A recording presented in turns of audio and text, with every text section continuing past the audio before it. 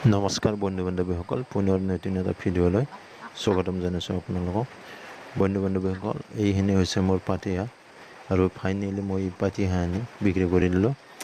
তো মোৰ ইয়াত কিমান টকা খৰচ হৈছিল আৰু কিমান প্ৰফিট হ'ল, আৰু বন্ধুসকল মই 2 ঘণ্টা সময় অফাৰ দিছিলোঁ পৰহি দিনা। তো সেইকাৰণে মোৰ এইবাৰ বেছি প্ৰফিট হোৱা নাই, কাৰণ 2 ঘণ্টাৰ ভিতৰত মই 8টা হাঁহ অফাৰ হিচাপে বিক্ৰী কৰিছোঁ। এটা 200কৈ বিক্ৰী কৰিছোঁ, কাৰণ মই অফাৰ দিছোঁ সেইকাৰণে 200কৈ বিক্ৰী কৰিছোঁ। তাৰপিছত আৰু বাকীকেইটা হাঁহ মই বেপাৰীক দিছোঁ এটাত 450 টকাকৈ। বন্ধু বান্ধৱীসকল, এই হাঁহৰ বয়স আছিল 3 মাহ 20 দিন আৰু ইয়াত 25টা হাঁহ আছিল টোটেল। বন্ধুসকল, প্ৰথম অৱস্থাত মই ইহঁতক দানা দিছিলোঁ প্ৰায় 25 কিলো দানাৰ দাম হৈছে 1000 টকা। তাৰপিছত ইহঁতৰ নামত মোৰ লাইটৰ বিল আহিছিল মোটামুটি 100 টকা আহিছে। তাৰপিছত মই ইহঁতক মেডিচিন প্ৰায় 3 মাহ 20 দিনত 500 মান টকাৰ মেডিচিন গৈছে।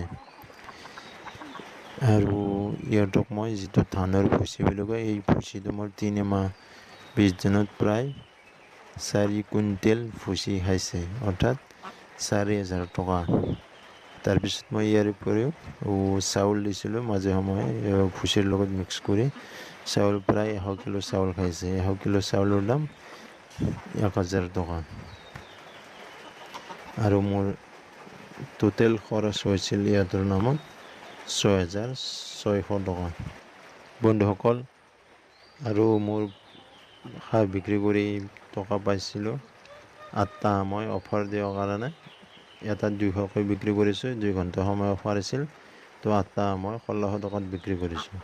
তাৰপিছত মই আৰু 17টা হাঁহ বেপাৰী তাতে বিক্ৰী কৰিছোঁ এটাত 450 টকাকৈ। আৰু হাঁহ বিক্ৰী কৰি মই পইচা পাইছোঁ 1600 আৰু বেপাৰীৰ তাতে 7650 টকা। টোটেল 9250 টকা মই হাঁহ বিক্ৰী কৰি পইচা পাইছোঁ।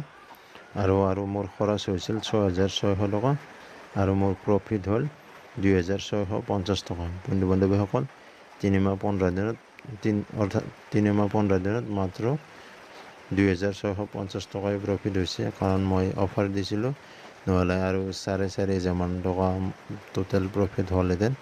তো বন্ধু বান্ধৱীসকল, ভিডিঅ'টো চাই কেনেকুৱা পালে কমেণ্ট কৰি জনাব আৰু চেনেলটো ছাবস্ক্ৰাইব কৰি ল'ব। Thank you. জয় অসম।